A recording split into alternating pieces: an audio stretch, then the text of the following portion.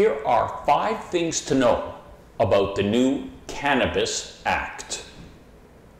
I am already receiving calls about how sellers, buyers, and real estate agents are to prepare for the new Cannabis Act, now scheduled to become law in October of this year. I have already booked seminars at real estate boards and brokerages throughout the GTA over the next few months to explain this in more detail. Here are 5 things you need to know.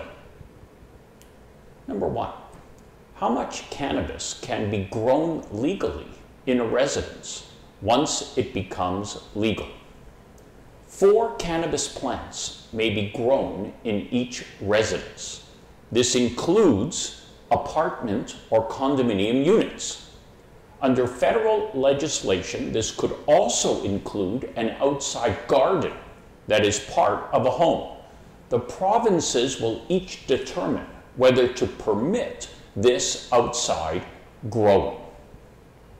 Number 2, will there be any standards as to what constitutes safe growing of cannabis?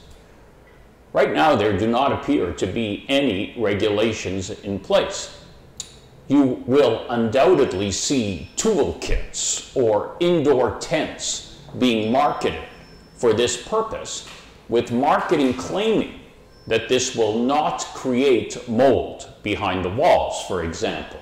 Still, professional electricians will likely be required for this, including preparing proper ventilation from the plants to the outside as additional protection against mold. Number 3, should a seller and real estate agent disclose the past existence of cannabis plants on the property if it is legal? In my opinion, this will be an issue as to whether it can be classified as a material latent or hidden defect, which would have to be disclosed. Since mold behind the walls that the seller knows about could satisfy this test, there will likely be litigation when it is not disclosed and problems arise after closing. Number 4, can you stop a tenant from smoking cannabis or growing cannabis plants? Even though it is legal, you can include a clause in the lease to stop any tenant from smoking or growing cannabis on the premises. This should be inserted into every lease. If the tenant then smokes or grows, it will be easier to evict them. While medical cannabis users may raise human rights issues, it is still better to have this clause in the lease right from the start to have a proper defense to this claim. Number 5, what will condominiums do to stop cannabis from being smoked or grown?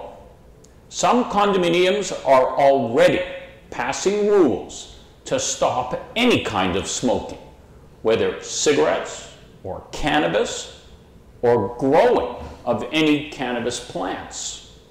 Others may set aside an area of the building for users or just for medical cannabis users, or may require the medical cannabis users to make the necessary changes to their unit to ensure the smoke does not bother any other tenant or owner and is properly ventilated. Others may just wait and see and attempt to rely on provisions in condominium law that you cannot commit a nuisance to your neighbors. Then, if the cannabis smoking is bothering your neighbors, the condominium corporation can bring an action to get you to stop. As you can see, there are many issues. If you have any question related to this topic, or wish to schedule a seminar at your brokerage or board, or where your own clients would benefit from our own mobile signing service, where we go to our clients from 7 a.m. to midnight, 7 days a week, at the time and location of their choice, we would be delighted to assist you.